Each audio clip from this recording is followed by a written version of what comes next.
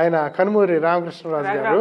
ఆయన 2 ఏళ్ల క్రితం అమెరికా వచ్చినప్పుడు ఆయన మొత్తం అప్పుడు వైఎస్ఆర్సీపీకి వ్యతిరేకంగా అంతా ప్రపంచవ్యాప్తంగా ఆయన ప్రచారం చేసినప్పుడు మా శాన్ ఫ్రాన్సిస్కో వచ్చినప్పుడు అందరు పొలిటికల్ టాపిక్స్ అయ్యేసరికి ఆయన కొద్దిగా అబ్బాయి ఇవి కాదండి, పాటల గురించి మాట్లాడుకుందాం, మీలో ఎవరికి పాటలు వచ్చంటే అందరు తెల్లముఖం వేస్తే ఎవరన్నా పాటలు వచ్చిన వాళ్ళు ఇక్కడ ఉన్నారా అంటే ఇమీడియట్ గా నాకు కాల్ చేశారు. ఆల్మోస్ట్ 11:30 అయింది, ఇక్కడ పడుకోబోతున్నాను. ఆల్మోస్ట్ కాల్ వచ్చింది, ఇలా RRR గారు వచ్చారు, ఆయన పాటలు తెలిసిన వాళ్ళు ఎవరున్నారు రమ్మంటున్నారంటే ఇమీడియట్ గా నేను గంట అక్కడి నుంచి స్వాగత్ రెస్టారెంట్ అని కామెడీ జయరామ్ గారు ఆయన దానికి అక్కడ విడిది ఆ రోజున. అయితే వెళ్ళాను, 12:30 అయింది. వెళ్ళేసరికి 12:30 నుంచి 4 o'clock దాకా కంటిన్యూస్ గా మాట్లాడుకుంటూనే ఉన్నాం.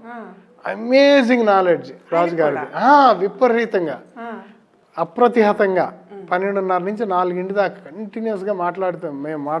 క్వశ్చన్స్ ఆయన ఏంటంటే నన్ను అడగండి క్వశ్చన్స్ అన్నారు, నేను అడుగుతున్నాను అన్నీ చెప్తున్నారు. అంటే అంత నాలెడ్జ్ ఉన్న పర్సన్ ఇక ప్రపంచంలో పోటీ పెడితే ఆయనే వస్తాడని నాకు గట్టి నమ్మకం.